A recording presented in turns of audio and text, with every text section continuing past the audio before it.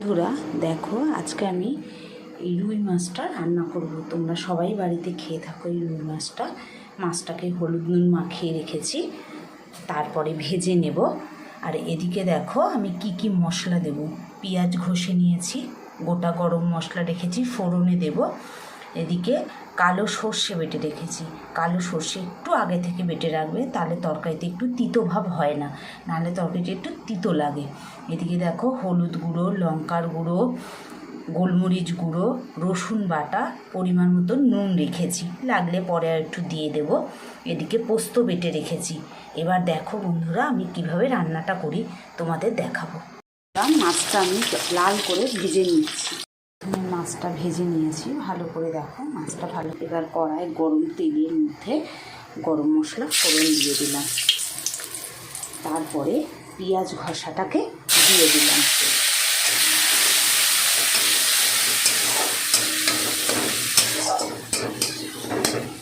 পরে রসুন বাটাটাকে দিয়ে দিলাম। তারপরে আমি টমেটো ঘষাটা দিয়ে দেবো।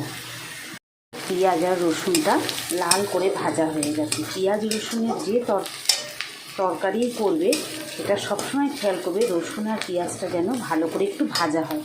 এরপরে আমি টমেটো ঘষাটা দিয়ে দিলাম।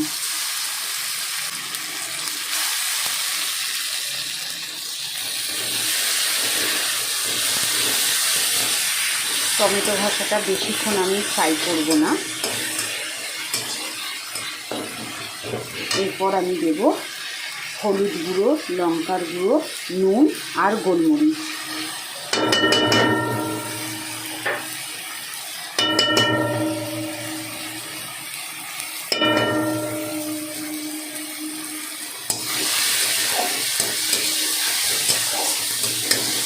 ভালো করে কষে নেব। কষে নেওয়ার কিছুক্ষণ পর একটু হালকা জল দিয়েও কষবো। মশলা যত কষা হবে তরকারি তত সুন্দর হবে। দেখো মশলাটা কষা হয়ে গেছে, আমি তেল ছেড়ে দিয়েছে মশলাটা সুন্দর কষা হয়েছে। এবারে আমি জল দিয়ে দেবো। পরিমাণ মতো জল দেওয়ার পরেই আমি সর্ষে বাটা আর পোস্ত বাটাটা দেবো, কারণ তেলে যদি সর্ষে কখনো কষো সে তরকারি কিন্তু তিতো হয়ে যাবে। সর্ষে কখনো তেলে কষতে নেই, তরকারিতে জল দিয়ে দেওয়ার পরে সর্ষে বাটা পোস্ত বাটাটা দিতে হয়। এবারে দেখো সর্ষে বাটাটা আর পোস্ত বাটাটা দিয়ে দিচ্ছি।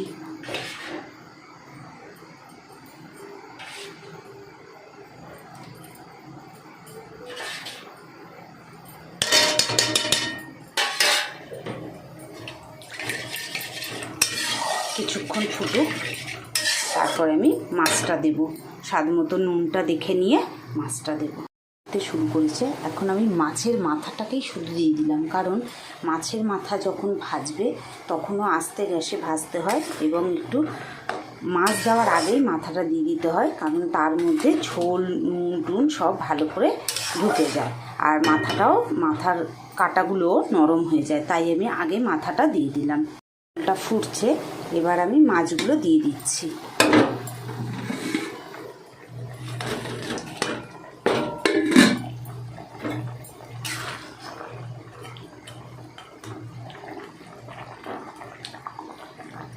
কিছুক্ষণ ফুটুক, তারপরে আমি গ্যাসটা অফ করব। দেখো ঝোলটা একদম রেডি হয়ে গেছে, আমি এবার গ্যাসটা অফ করে দিলাম।